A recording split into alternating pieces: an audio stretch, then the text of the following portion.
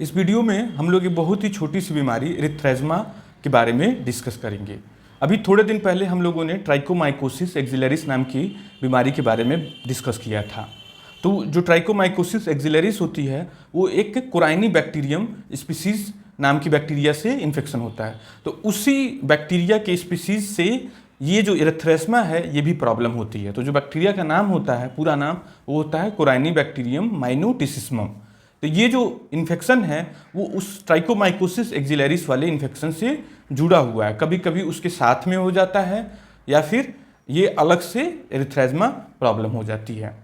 तो ये प्रॉब्लम जो होती है ज़्यादातर लोगों में, जो लोग ओबीज होते हैं, मोटे होते हैं, या फिर जहाँ पर ज़्यादा पसीना जिनको ज़्यादा होता है, या फिर जहाँ जिन क्षेत्रों में पसीना ज़्यादा होता है उन क्षेत्रों में ये बीमारी होती है। मतलब कि जैसे ट्रॉपिकल, जहाँ पसीने वाले जो एरिया हैं उन एरियाज़ में ये बीमारी, ठंडे प्रदेशों में ये बीमारी कम देखने को मिलती है। तो पसीना एक मायने में इसका रूट कॉज में से एक कॉज है। इसी तरह से ज़्यादा कोई मोटा व्यक्ति है तो उसको भी ये इन्फेक्शन हो सकता है, क्योंकि मोटापा होने से पसीना ज़्यादा होती है और मोटापा होने से स्किन आपस में चिपकने लगती हैं। तो चिपकने वाली स्किन जो होती है वहाँ पर नमी ट्रैप होने लगती है। तो इस वजह से मोटे लोगों में ये बीमारी ज़्यादा देखने को मिलती है। इसी तरह से डायबिटीज़ के मरीजों में भी ये बीमारी ज़्यादा देखने को मिलती है। जिनकी इम्यूनिटी कमज़ोर हो, इम्यूनो कम्प्रोमाइज लोग हैं, उनमें भी ये बीमारी ज़्यादा देखने को मिलती है। जो लोग साफ़ सफाई कम रखते हैं, हाइजीन जिसका पुअर है, गंदे से जो लोग रहते हैं, उनमें भी ये इन्फेक्शन ज़्यादा देखने को मिलती है।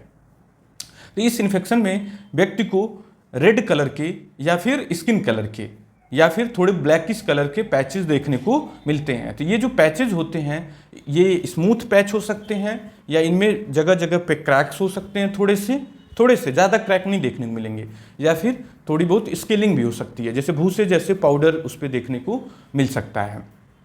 लेकिन साधारणतः ये पैचेज जो होते हैं इनमें व्यक्ति को कोई लक्षण नहीं होता है, कभी कभी खुजली देखने को मिल जाती है। ये इन्फेक्शन कहाँ कहाँ पे होता है बॉडी के?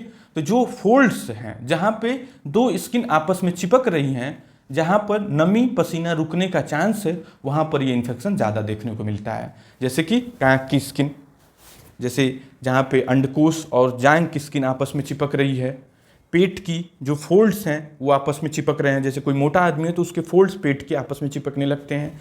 पेट का जो प्यूबिक एरिया, वहाँ से स्किन चिपकने लगती है। तो उन जगहों पे जो अम्बलाइकस है, वहाँ पर स्त्रियों में जो स्तन की स्किन है और पेट की स्किन का जो जंक्शन है, वहाँ पर जो दोनों बटक्स जहाँ पे आपस में मिलते हैं, वहाँ पर जो पैर की उंगलियाँ हैं, जो इनके बीच का स्पेस है, टो स्पेस, वहाँ पर ये इन्फेक्शन हो सकता है। तो इन सारी जगहों पर पसीना और नमी ज़्यादा ट्रैप होती है, तो इस वजह से ये इन्फेक्शन हो जाता है। और ये इन्फेक्शन अधिकांश केसेस में बिना किसी लक्षण के होता है। ये महत्वपूर्ण पॉइंट है, क्योंकि कुछ बीमारियां इसकी तरह ही दिखती हैं लेकिन उनमें व्यक्ति को खुजली, जलन और दर्द हो सकता है। जैसे एक बीमारी होती है हेली डिजीज़, तो वो भी कांख की स्किन में होता है, जांघ की स्किन में होता है, लेकिन उसमें व्यक्ति को जलन और दर्द काफ़ी हो सकता है। इसी तरह से दाद की बीमारी है, रिंगवर्म, टीनिया, तो उस बीमारी में भी व्यक्ति को काफ़ी ज़्यादा खुजली होती है, तकलीफ होती है। इसी तरह से कैंडिडल इंटरट्राइगो नाम की बीमारी है, उसमें भी व्यक्ति को खुजली और जलन ज़्यादा होती है। सोरायसिस नाम की एक बीमारी होती है जो कि कभी कभी खुजली करती है, कभी कभी खुजली नहीं करती है। जो सोरायसिस का विशेष वेरिएंट है, इन्वर्स सोरायसिस, वो कभी कभी डॉक्टर भी कंफ्यूज कर जाते हैं एरिथ्रेज्मा से। तो ये सब बीमारियां हैं जो कि एरिथ्रेज्मा को मिमिक कर सकती हैं, और ऐसे कंडीशन में लक्षण और कुछ जांच हैं उनके द्वारा डॉक्टर क्लियर करता है कि कौन सी बीमारी इनमें से है। तो नेक्स्ट प्रश्न ये उठता है कि एरिथ्रेज्मा की डायग्नोसिस कैसे कंफर्म हो।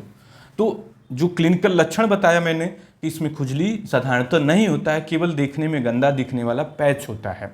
अधिकांश मरीजों में कभी कभी दिक्कत महसूस होती है, तो डॉक्टर अधिकांश केसेस में देख करके ही पता लगा लेता है कि एरिथ्रेज्मा है कि नहीं है। दूसरी चीज़, कभी कभी कन्फ्यूजन होती है, तो उस कंडीशन में एक लैंप आता है जिसका नाम होता है वुड्स लैंप। उस लैंप से जब इस एरिया का एग्जामिन किया जाता है तो ये जो एरिया होते हैं ये लाल गुलाबी रंग के हो जाते हैं उस लैंप में। तो वो एक पिगमेंट होता है पोरफायरिन। तो ये जो बैक्टीरिया होता है ये एक पिगमेंट पैदा करता है पोरफायरिन, तो वो पिगमेंट वुड्स लैंप में लाल रंग या गुलाबी रंग में चमकने लगता है, तो उससे डायग्नोसिस कंफर्म हो जाती है। इसी तरह से स्क्रैपिंग लिया जा सकता है, यहाँ की हल्की सी स्किन स्क्रैप करके, जो मुर्दा स्किन है उसको स्क्रैप करके एक स्लाइड बना लिया जाएगा, उस स्लाइड को माइक्रोस्कोप में देख लिया जाएगा, तो उससे इस बैक्टीरिया का बहुत ही कैरेक्टरिस्टिक फीचर होता है ब्रांचिंग कैरेक्टर। तो ये जो बैक्टीरिया होता है इसी तरह से कुछ स्टेन लगा करके, कुछ सिल्वर स्टेन, कुछ मेथनामिन नाम का स्टेन होता है, तो इन स्टेन को लगा करके भी बैक्टीरिया की जांच कर ली जाती है, इससे डायग्नोसिस क्लियर हो जाता है। जब एक बार डायग्नोसिस क्लियर हो जाता है तो इसका ट्रीटमेंट बहुत ही सिंपल है, तो अधिकांश केसेस में लगाने वाली क्रीम से ही काम बन जाता है। तो लगाने वाली क्रीम में क्या उपयोग में लाई जाती है, तो फ्यूसिडिक एसिड, इसी तरह से benzoyl peroxide, erythromycin gel, cream, lotion, ये सब काफ़ी ज़्यादा उपयोग में लाई जाती है और अधिकांश मरीज लगाने वाली क्रीम से ही ठीक हो जाते हैं। कुछ मरीजों में डॉक्टर क्लोट्रिमाजोल पाउडर भी दे सकता है। यदि ऐसा लगता है डॉक्टर को कि लगाने वाली क्रीम से नहीं ठीक हो पाएगा, तो थोड़े समय के लिए कुछ खाने वाली एंटीबायोटिक्स जैसे एरिथ्रोमाइसिन, एजिथ्रोमाइसिन या फिर डॉक्सीसाइक्लिन नाम की एंटीबायोटिक दे दी जाती है, उससे ठीक हो जाता है। अब ये तो ठीक करने की कोशिश हुआ है, लेकिन दोबारा होने से बचाने के लिए जो कारण था, जड़ था, उसको भी ठीक करना पड़ता है। जैसे यदि आपके शरीर में पसीना ज़्यादा बन रहा है तो पसीना कम करने वाली दवाइयाँ भी डॉक्टर साथ में दे सकता है। जैसे लगाने वाली दवाई में एल्युमिनियम क्लोराइड हेक्साहाइड्रेट नाम का लोशन होता है, उसे भी दे सकता है, जो कि पसीना कम करता है। उसी तरह से पसीना कम करने वाली कुछ गोलियाँ होती हैं जैसे ग्लाइकोपाइरोलेट, ऑक्सीब्यूटाइनिन, इन दवाइयों को भी दिया जा सकता है। यदि आपका वज़न ज़्यादा है, मोटे आपका शरीर है, ओबीस शरीर है, तो उस कंडीशन में डॉक्टर इंस्ट्रक्शन देगा कि आपकी ओबेसिटी, जो मोटापा कम करने के तरीका हैं, खाने पीने में बर्ताव, एक्सरसाइज, इन चीज़ों को भी डॉक्टर सलाह देगा। इसी तरह से यदि आप हॉट ह्यूमिड क्लाइमेट में हैं तो आपको ठंडी इन्वायरमेंट में अपना इन्वायरमेंट चेंज करना होगा, ठंडी जगहों पे थोड़ा रहना होगा। यदि आपकी इम्यूनिटी कंप्रोमाइज्ड है, डायबिटीज़ है, तो उनके करेक्शन के मेजर्स को भी बताया जा सकता है। इसी तरह से आप गर्म इन्वायरमेंट में जा रहे हैं तो आपको चुस्त कपड़े नहीं पहनने होंगे, लूज कपड़े पहनने होंगे, यहाँ की स्किन के बाल को साफ रखना होगा, हाइजीन को मेंटेन रखना होगा, डेली आपको स्नान करना होगा एंटीबायोटिक बैक्टीरियल सोप से। तो ये सब मेजर्स के द्वारा हम लोग इसको ठीक कर सकते हैं, करेक्ट कर सकते हैं और साथ ही प्रिवेंट भी कर सकते हैं कि ये दोबारा ना हो।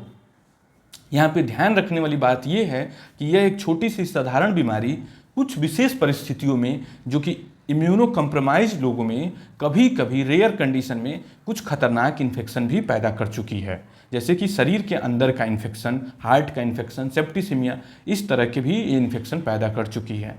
तो कभी कभी छोटी बीमारी को भी अनदेखा करना खतरनाक साबित हो सकता है। तो इसको देख करके डॉक्टर से मिल करके इसका ट्रीटमेंट करा लें, पूरी तरह से आपको इससे आराम मिल जाएगा। Thank you.